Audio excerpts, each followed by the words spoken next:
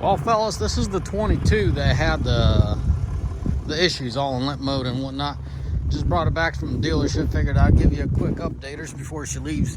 Literally, I brought it to the dealership. It's going to get hooked up to a trailer and it's leaving. So that's one of my issues. If I don't have time to do a video now, when I see the truck, it usually doesn't stick around for long. So there you go. So what was all wrong with it?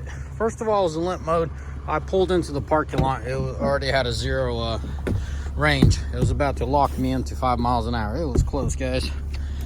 According to the dealer, it was a def line and a pump.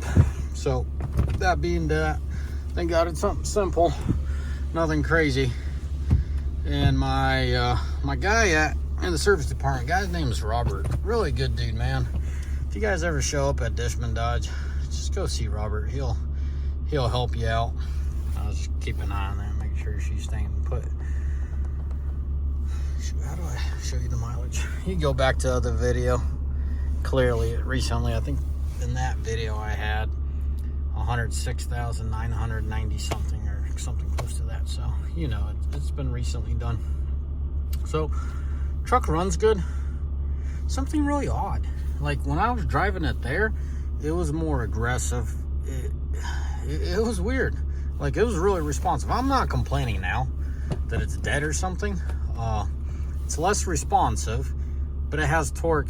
So this is normal. What it's doing now is normal. When I was going to the dealership and quote in limp mode, something was off about it, and it was like super responsive, which kind of really stood out to me. And don't call it an elephant, but the obvious out here, it's beautiful here in Spokane. Really is so much about this truck, right? As always, I wish I could tell you something crazy, but I can't. We went for a short drive. I like how she shifts. I like how she stays clean. There was like an 1/8 on the DPF, and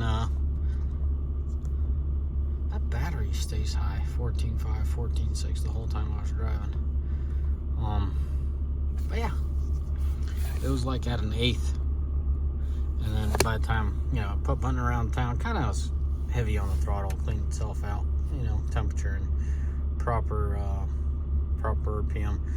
Doesn't necessarily mean you'll stay out of trouble, but I run tow haul with no trailer behind me. I just backed it up for video's sake, right? I don't want to go over there because if I show up in any of those two buildings, people just come up, start talking. They can't see the camera, and they think I'm just, you know, being my normal self, talking to myself, but that's not the case. So I kind of need to stay away from those buildings to be able to do a video for you guys. But anywho's, the tow haul kind of keeps the revs higher, you know, different shift points, just a little bit more flow. I said in one of my recent videos with the Duramax seems to struggle a little less from plugged DPFs, and I feel like, from my experience, obviously I don't have much experience with Duramaxes, but enough to own one and kind of put planting around town as well.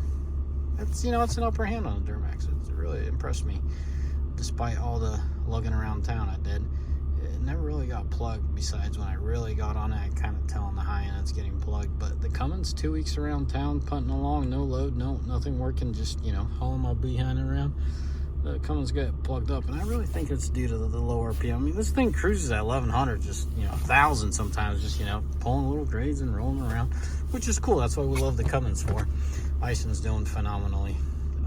But anyways, as always, boys, this is it.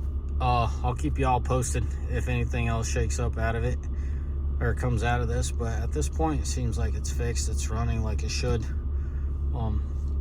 Jobs the torque kind of scenario. Anyways, boys, as always, may the Lord bless you.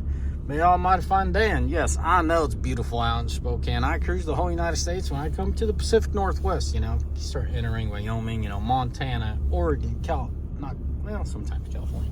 Mostly it's the Montana, Idaho, Washington, you know, and Oregon. It's just beautiful out here. Anyways, God bless. Bye.